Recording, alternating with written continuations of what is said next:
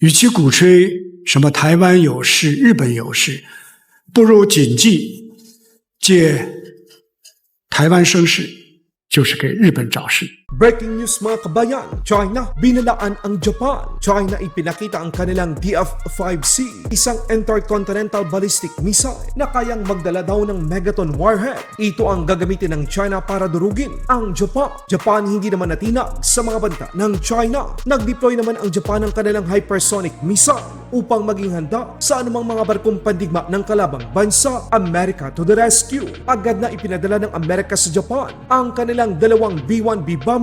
Ganito kabilis dumating ang suporta ng Estados Unidos. Bilang pagpapakita na hindi lamang China at Russia ang merong nuklear, Amerika nagsagawa ng nuclear testing gamit ang kanilang Minuteman III, F-35, 5th generation fighter at B-52 bomber. Japan, ipinakita ang mga larawan ng mga pagsasanay nito kasama ang Pilipinas at Amerika sa Baho de Masinloc sa West Philippine Sea. Malaysia, hinaharas na rin ng China Coast Guard. Pagsasanay militar ng Armed Forces of the Philippines na Ajax Dagat pa, ipinakita.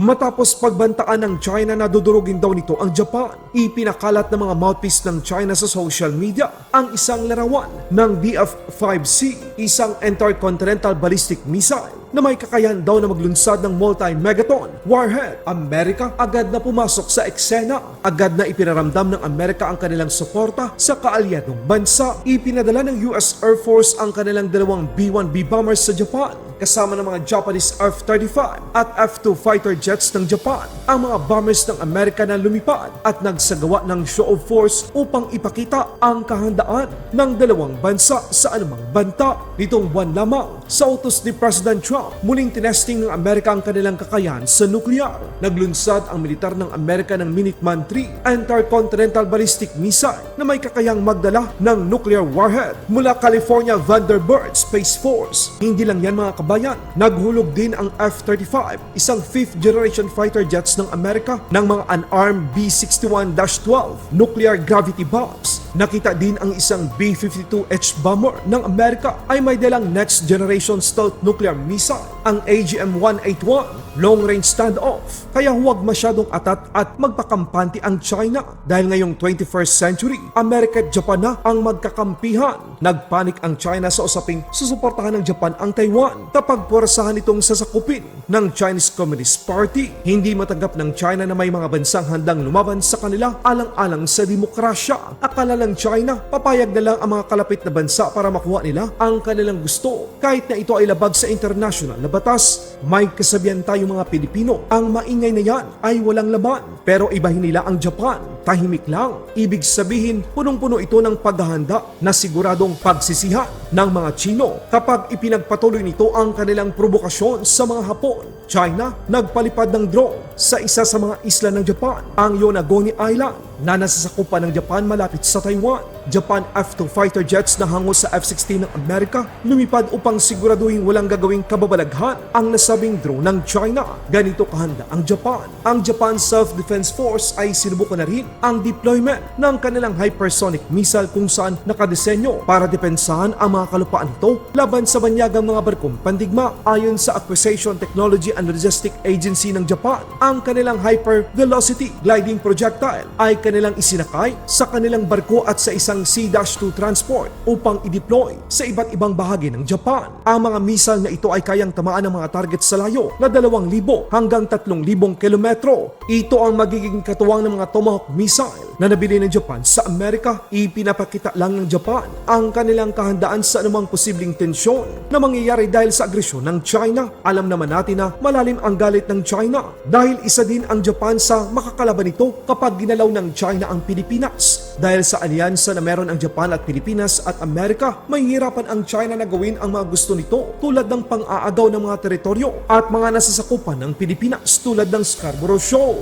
Japan ang isa sa mga bansang tuloy-tuloy na sumusuporta sa pagpapalakas ng Armed Forces of the Philippines. Isa na rin dito ang pagpapaigting ng mga bansa ng kanilang paghahanda sa usaping depensa sa paraan ng pagsama-sama sa pagpapatrol sa West Philippine Sea. Ipinakita ng Japan Embassy sa Maynila ang mga larawan na kuha ng Japan Maritime Self-Defense Force sa kanilang isinagawang maritime cooperative activity kasama ang Pilipinas at Amerika sa Baho de Masinloc. Sa ibang balita naman, gobyerno ng Malaysia pilit pang tinatakpan ang mga pangharas ng China sa kanilang mga karagatan. Pero dahil sa high-tech na ngayon, kitang-kita pa rin ito ng mga eksperto. Isa lang ang ibig sabihin nito, walang kaibigan sa China. Basta ang kagustuhan nilang sakupin ang buong South China Sea pati West Philippine Sea ay ang kanilang mithiin. Kaya huwag magpaloko ang mga bansa sa ASEAN. Dapat tayong magtulungan, labanan at itulak ang China palayo sa ating mga karagatan. Sa ibang balita naman, Ajax dagit pa ang pagsasanay militar ng Armed Forces of the Philippines upang ipakita ang kahandaan ng mga sundalo ng Pilipinas gamit ang mga makabagong sandata na wala tayo noon pero meron na tayo ngayon. Opisyal nang nagtapos.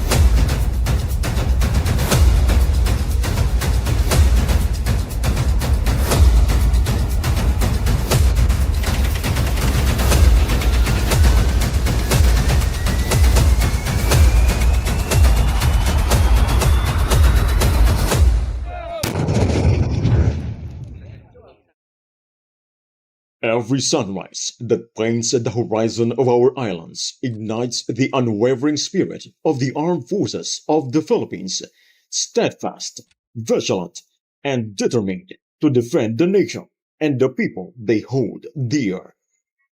Ajax Dagitpat 2025 is the 9th iteration of the biggest unilateral exercises, a crucible of unifying where land, air, and sea come together as one.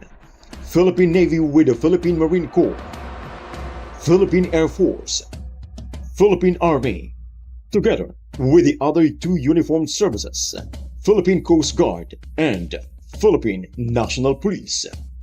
As the security landscape continues to shift rapidly, our strategic foresight must ensure that the Philippines is always one step ahead. The opening ceremony of Ajax Dagitpat 2025 took place on 04 November at the AFP General Headquarters in Camp Aguinaldo, Quezon City, while the majority of the exercise took place across the islands of Luzon and Palawan. Commence the Ajax Dagitpa 09-2025. Let us train with excellence, act with foresight, and serve with unity of purpose. May this exercise remind us that preparedness is our greatest peacekeeper and unity is our strongest weapon. Laban Pinas.